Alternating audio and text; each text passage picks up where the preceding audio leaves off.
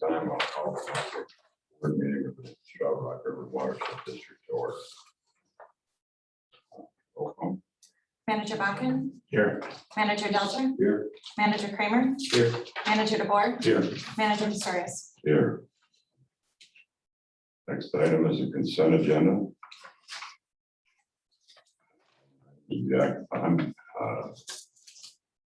anybody care to make the motion? Second. Second. Any discussion? All in favor, say aye. Aye. Opposed? Motion carried. Approval of agenda.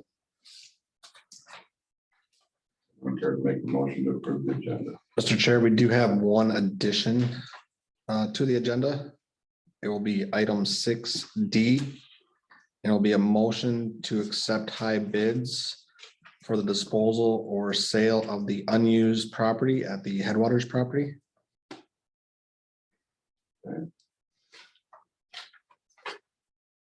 Like this motion, So moved. there's a second. Second. Any discussion? Correction, deletion. And those motion and second were with this change. Yes. All in favor, say aye. Aye. Opposed? Motion carries. It's a public forum and nobody from the public, so. So by that. Andy, Thank you, Mr. Chair. First item I have is just discussion on the bonding tour. For those of you that don't know, and most of you probably do know, is bonding tour. The House Bonding Committee will be here today at the Edgewater Pavilion at 4:45 to 5:30. We are splitting time with the city of Albert Lea and their bonding request. The topics of discussion will have roughly 22 minutes to discuss our portion of the Fountain Lake Restoration Project. Again, our request is for 8.45 million to finish up phase 3 of the Fountain Lake Restoration Project. With that little bit of time, I don't, of course, have time to go through the whole history, but we do have a pamphlet for them, and I'll sort of just go through what's going to be in that pamphlet. We have our one-page highlight for the Fountain Lake project itself as a whole. So they'll get that. They're also, because one of the big sales, I think, for us to present to them is all the work that the district has done since 2003. So they're going to get a copy of our first success report that goes to 2015. And then I had staff and especially Courtney work on an updated success report that goes from 2021 to 2016. Again, this is in front of you, but this is what the newest success report looks like. We do have Church Offset, if I believe, printing us 50 copies of this, so we'll have some nice copies for them. Also, in this handout, I have two other speakers speaking on behalf of the district. I have Holly Karshins from the CVB, and I have Sherry, is it Jensen from the Chamber of Commerce. But one thing that I really wanted to put into the packet was the CVB has put out this Lakes Land Life. And it's a handout that they put out, but it really focuses on lakes. I mean, they really have, this whole page is all talking about our lakes. And you can see they have Fountain Lake and Albert Lea Lake highlighted, all the events. So we're really trying to show that Fountain Lake is the heart of our community. And this is why we really need to finish phase 3 of the project. So all of this stuff will be in the handouts. There's also another piece of article. This article was actually in the Star Tribune, and it says Albert Lea reaping rewards of decades of long efforts to boost downtown. Again, trying to focus on phase 3, which is the downtown portion of the lake. So another really good article here that they'll have in their handout. So I figure I'll have roughly 5 minutes, 5 to 7 minutes of talking. And then I'll have Holly and Sherry both up there for an additional 4 to 5 minutes. And then I'll have about 5 to 10 minutes for question and answers, depending on what kind of questions they have.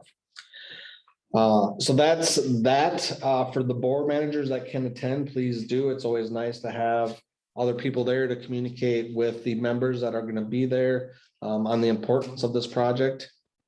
The also, again, after that, the city will present on their $30 million request for the wastewater treatment plant. So that's kind of what we're dealing with. We have had some initial talks again with both Dornick, Senator Dornick and Representative Peggy Bennett. And I know that they're really pushing this project as, you know, one of their top priorities. So I feel good there. Again, we have not heard when the Senate bonding committee is coming down, but are told that they are going to do tours. We just have not heard a date or time yet. So any questions there? All right. Moving down to item B under mine is the Fountain Lake Restoration Project Phase 3 draft design discussion. I figured it's a perfect time to bring this to you guys as we're talking about bonding. In front of you, you will see the design plans. This is the first draft of the cut and cut depths for Phase 3. And of course, most of this includes the eastmost portion of Fountain Lake. And so you can see we got some different dredge cuts there, cut depths.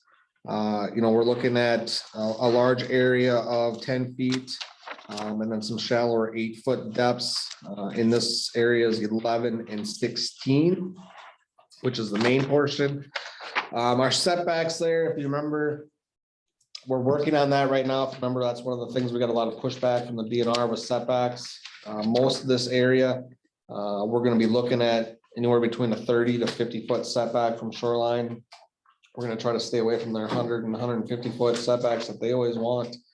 But again, that'll be part of probably the negotiation phase as we move into this. If you look at page 6, this gets into the east bay, which has already been done.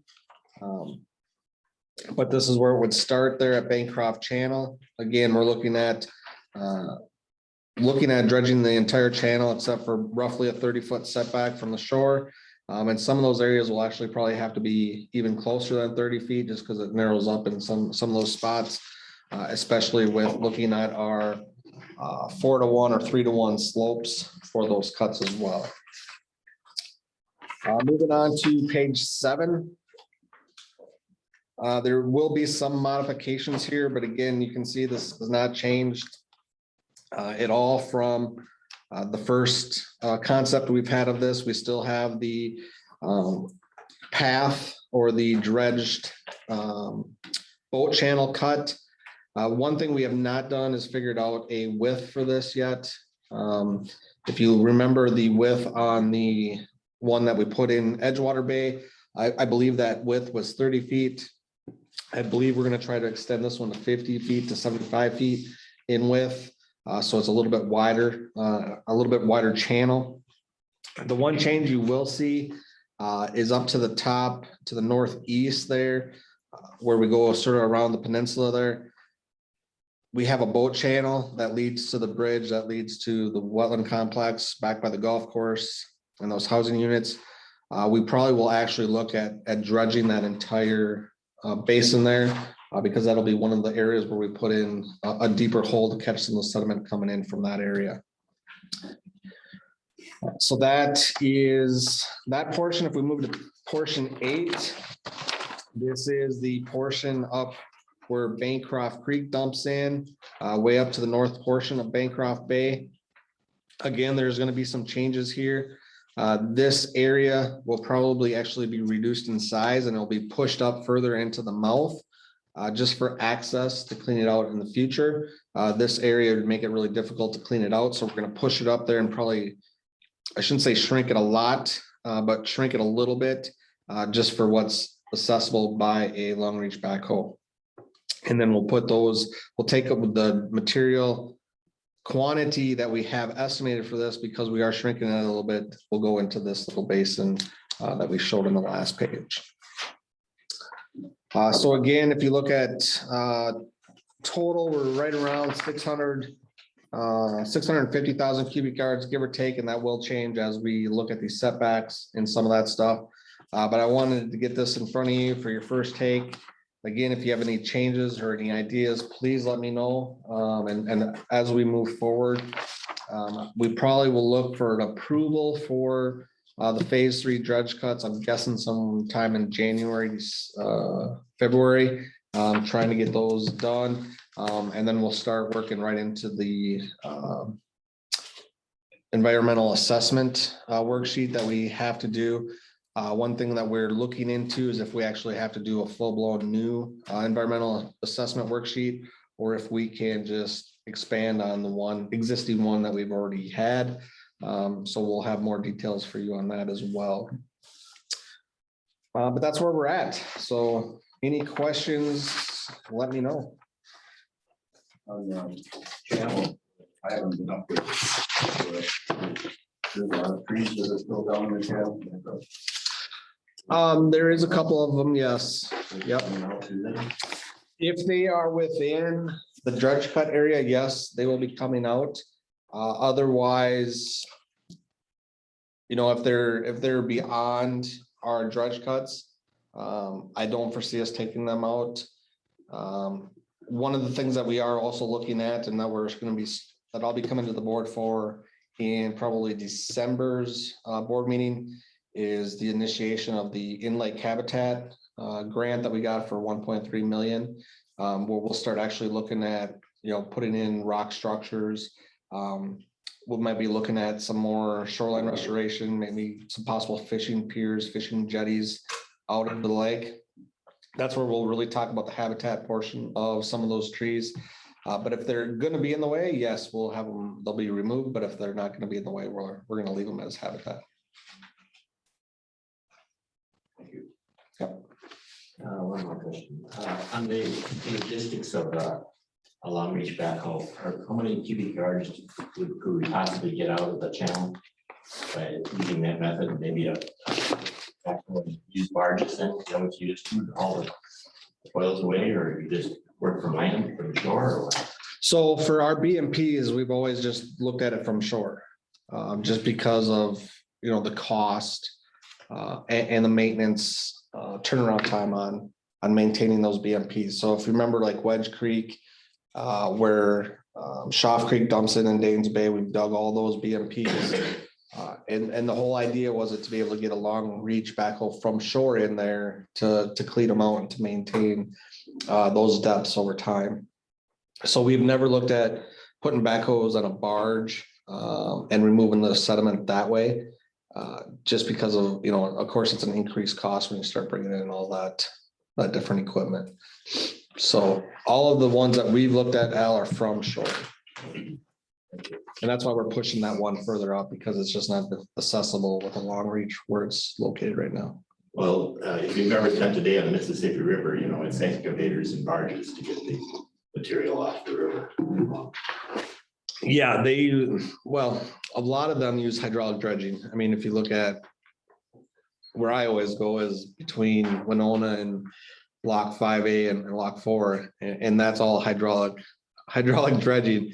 And some of the stuff they do there is really, really weird. They actually had a project there this year where their pipeline actually crossed the main navigation channel. So every time a barge went there, they actually had to stop dredging, unhook their main pipe, have the tugs tow it, let the barge through, hook it back up. The most inefficient thing I've ever seen in my life. But again, that's how they do stuff. But they do a lot of times on remediation is when they'll get the backhoes and barges in where they want to actually place, whether it's rock or sand. They'll actually put that stuff on a barge, take it out and actually put it into the lake. And that's probably what we'll see when we do our in-lake habitat is we'll see a backhoe on a barge. And then placing the material where we want it in the lake. Yep. Any other questions? But please look it over. Like I say, if you do have questions, do have concerns, let me know.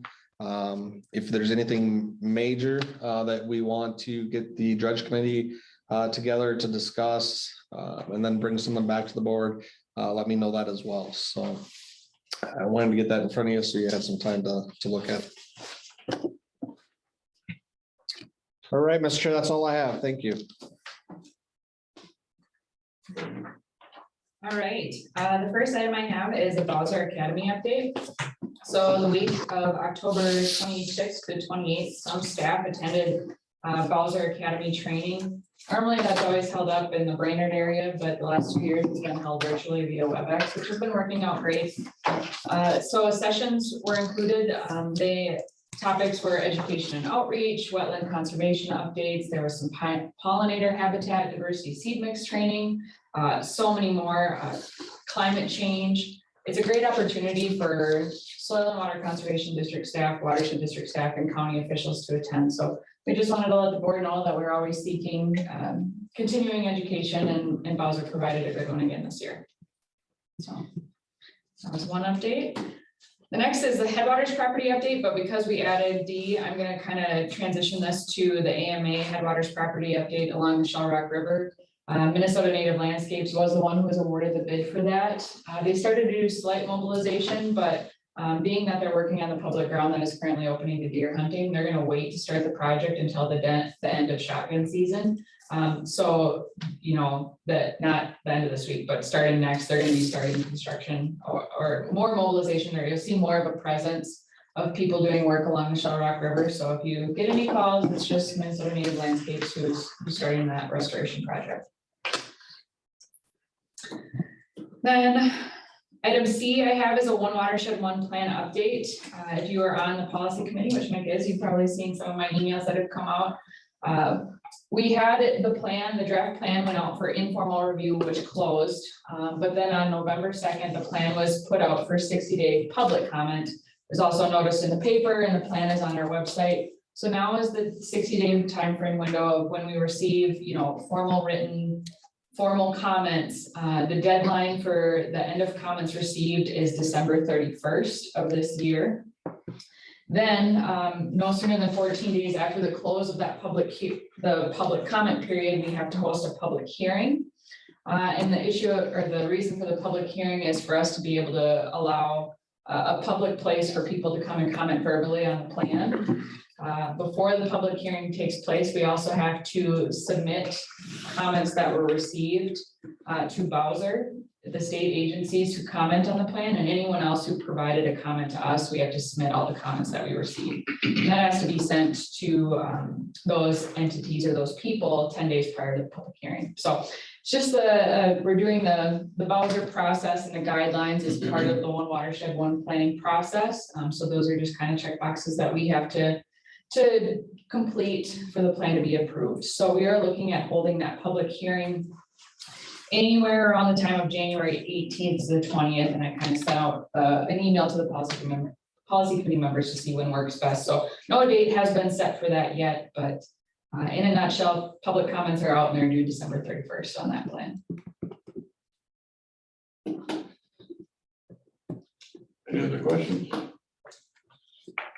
All right, the last item is the motion, and I can't remember exactly how it reads, to, You want me to read it? yeah, Motion to approve the highest bids for the disposal or sale of the unused property on the Headwaters property. all right, so we had 6 bids received, and they were for 5 different items. The items were the garage, which is a 1-car door garage, which is newer and is attached to the house via deck. The lowest dollar amount they received for that was $500, and the highest was $1,165. And that goes to Jenna and Sean Ellingson. We had a garage 2-door that was older, detached from the house. The lowest bid received was $465 and the highest was $655, and that was by Leroy Baseman. We had a lean-to shed on the property. The lowest bid received was $265 and the highest was $1,135 by John Patterson. We received no bids for the house. And the windmill, the lowest bid we received was $355 and the highest was $1,500 by Tim Cronin. Somebody really wanted to win though. Yes, What? the windmill, Yep. that old one. Yep. So the highest was $1,500. People are looking for them. So, as the motion reads, because I'm not gonna be able to repeat that, the highest dollar amounts for each bid item and the names were read, and so we are looking to recommend a motion to award them the excess property at the Headwaters location. I'll make that motion. Is there a second? Second. Is there any discussion? What's the, Mr. Chair, what are we gonna do with the house then? No, we didn't have that, get a bid from that. So we can have those discussions now. One of the thoughts is we can put it back up. We did have a few people that initially were interested, but have not. Otherwise, once we submit the gravel lease, it would be part of that for their disposal, that they would have to dispose of the house or any other stuff on site as per the gravel lease. When are we gonna put that out for bid? That'll probably go up for the bid here in December, I'm guessing. No? Well, we need to, Coming up. they might, just as an FYI, the Minnesota Native Landscapes might be using that property as like storage. And then they're also gonna be removing the trees from that, so. If that You can still put it out for bid yeah. though. I mean, the bids won't come in until, we wouldn't approve a bid until January, February, so. One more question, how soon do they have to have this property removed? Ooh, let's see if I printed it out. I think we gave them until, July 31st, 2022. So that did not interfere with the selling the property or leasing the property out? it'll be written into the lease specs that whether that start date will be that, whatever, July 1st deadline.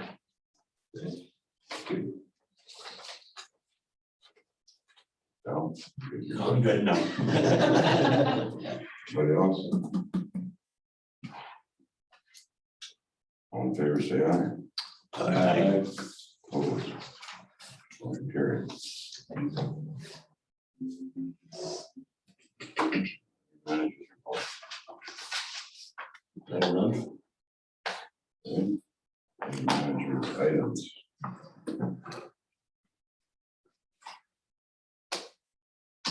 Upcoming meetings, you want to talk about that, Andy, or?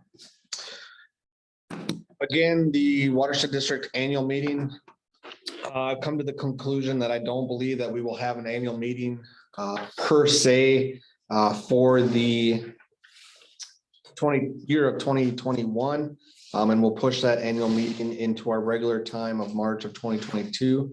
What I want to do instead of our annual meeting is we will again push out these success reports.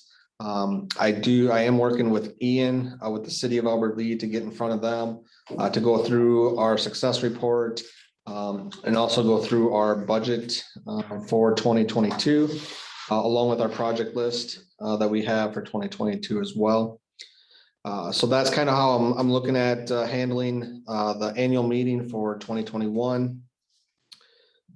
The other thing to note with presenting to the city, and this will probably be brought up here prior to our December 15th budget deadline. The city has requested some funding for some street sweepers that they currently have and they want to update. If you remember back in, that's going back a while, 2012 and 2014, I believe. We purchased their leaf vac for the city of Albert Lea. And we also paid roughly $77,000 for one of the street sweepers. Right now, as you guys all know, our budget's pretty tight with the dredging. So just looking at putting it in our budget for that, I don't think will be feasible at this time. Again, and we don't know what's coming out with the phase 3. So one of my thoughts, and we met with Steve Yonke, Courtney and I did, is to look at the Clean Water Partnership Loan Program, which we did for the dredging project, which is a 0% interest and a 10-year payback timeline. So one of the things I've asked Steve to do is if that program will work for them, and then make basically a dual request or a partnership. The city would then apply for it. And what we're looking at is potentially applying for both the new street sweeper they want now to replace the existing one, the leaf back trailer, and then in 2023, they also will have a request to replace their other street sweeper, or 2024. They have 2 street sweepers. So the thought is to put them actually all in one request, which Steve says roughly is 750,000. And we'll get those all in one request and then have 10 years to pay them back. We will work with our board and their board on what we want as far as a percentage. Are we going to each pay 50% back over a period of time? The other thing to note with that is one of the things that we are also looking at or potentially have the possibility to help pay that back is the One Watershed, One Plan funding. And some of that money could be used for the street sweeper to help pay that loan program back. So it's kind of what we're looking at right now. Again, you'll see some more stuff on that in December. But again, it's important for us to assist the city. We've spent millions of dollars dredging that lake. It's important to keep all that leaf, litter, and debris out of the lake. So I think it's a good thing that we keep these machines updated and keep them going. I was pretty amazed by the maintenance and upkeep those things take. It is a lot of money. Matter of fact, their leaf vac, which is the oldest piece of equipment here that we're looking at replacing, I want to say that's over 10 years old or right around 10 years old. They can't even find parts for it anymore. So it's definitely important to get that updated for them as well. So Yeah, Steve may mention that if there's any part that breaks, they actually have to have someone that fabricates the part to fix it because parts are obsolete. So It's this new world that we live in. yes, it's everything's disposable, not fixable. So yeah, you'll be seeing more of that in December, but that is one of the things that we're looking at as part of working with the city on our 2022 budget. So the other thing is the MOD annual conference and trade show, which is virtual again this year, which is December 2nd and December 4th. I would like 2 board managers that I can put on the list to actually be voting members of the board. I believe last year it was Mick and Brad. I don't know if that still works for you guys or if that works for the whole board to have Mick and Brad as the voting members. But that basically they vote on the resolutions brought to MOD as a committee. And a lot of them basically determine what's going to be on their legislative agenda for 2022. So you would do it again this year, guys? I don't think I was able to do that last year. For some reason, something came up, so I was not part of it, but I'll definitely try again. I don't know why. You might be right. You might have something come up and gave Joe was the other voting That member. could be, yes. But you were initially the voting member, but yeah, I believe you're right. You had something coming up. So I'd like to set it up where, we have 2 of you as voting members. I think it's important for us to have members that vote. Just one other little side note. I had a previous administrator come down, gave her a tour of all of our projects. She actually now works for an engineering firm, but she actually was the administrator for Middle Fork up in central Minnesota. And she was absolutely stunned by all the work we do. And, for us, it's just what we do. I mean, this is just how we do things and get things done. And when it comes from her, I mean, it meant a lot because she's like, I've never seen, there's no watershed district that does what you guys do.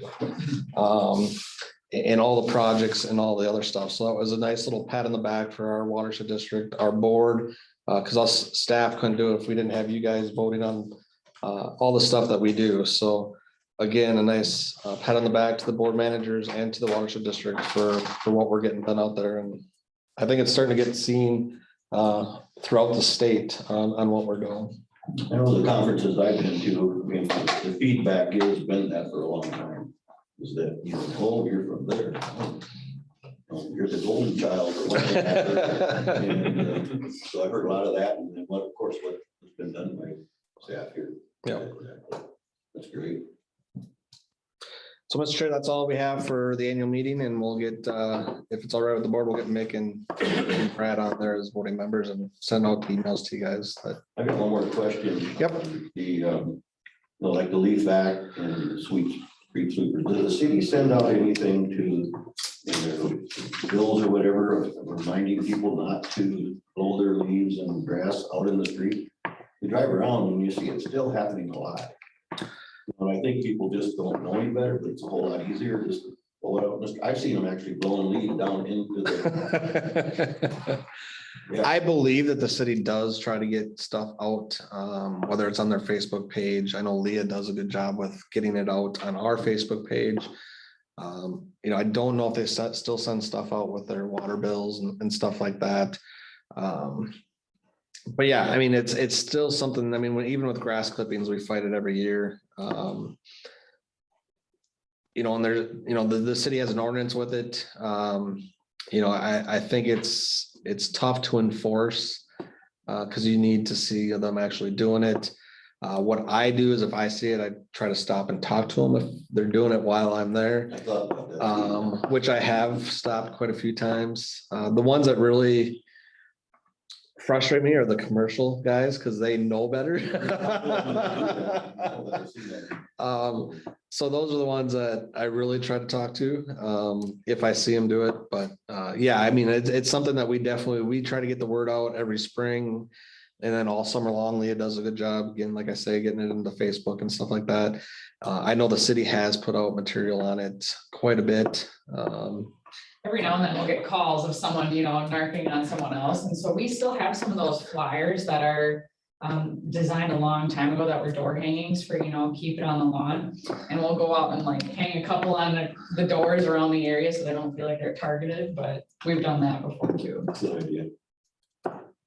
So yeah, it's just gonna be an ongoing battle that we fight, but yeah, education. I'm so weird about that. I don't even do that out in the country. I blow it back on the grass, not on the road or anything. Especially in my pond. It's a safety for motorcyclists too. Just to bring this up, I have put in a request to meet with the governor. And I'll be talking with his policy advisor on bonding and taxes this afternoon. Perfect. Ethan Jessen. Okay. So I'm gonna push him hard to get a meeting in. So I went through the process of asking for the meeting. And, if I get it, I'm assuming it'd be you and I, so I don't know if anybody else is interested, but after our meeting with Dornick, we became aware, I keep always asking this question, when they built the waste treatment plant before, the federal government funded it. And I brought it up to him that day, and people that were there heard what he said. The rest of you is this, the state has been given money by the federal government for projects like that. So it is the federal government. And probably then, when they did it the last time, it went through that same channel. So there are funds available from the federal government to do projects like the waste treatment plant. And Minnesota has those funds. And on top of that, the governor has another fund of over $150 million to do projects like our $7 million request. So the funds are there. And what I'm gonna ask him for is to use that fund for the 7 million. And if he doesn't see that right, then to ask the DNR for it. And not taking away anything from the bonding. I'm just trying to move it up. Yep.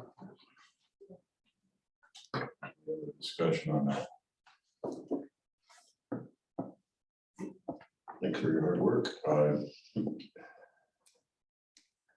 I asked Senator Dornick if he knew someone that I could go to get a meeting with the governor. Of course, everybody in the room thought that was kind of funny because he's the one senator that flipped the Senate. So it wouldn't be him requesting. I asked if he knew someone that I could go meet with. Nobody's come forward with somebody that would maybe be able to get that done, so I just went at it as a normal request as the chairman of this watershed. Oh, good work. Thank you. Well, I'm trying. Mhm. I believe in request, I put this in there. I believe that if he knew I'm requesting a meeting, he'd allow it. So my challenge to the staff, and it will be this afternoon, is tell me that he knows it. Prove to me that he knows I want a meeting. Okay, because I believe if he knows it, he'll get me one. So. Time to tell. Yep. Any other items for today? Take a motion to adjourn. So moved. We are adjourned. Thanks, everyone.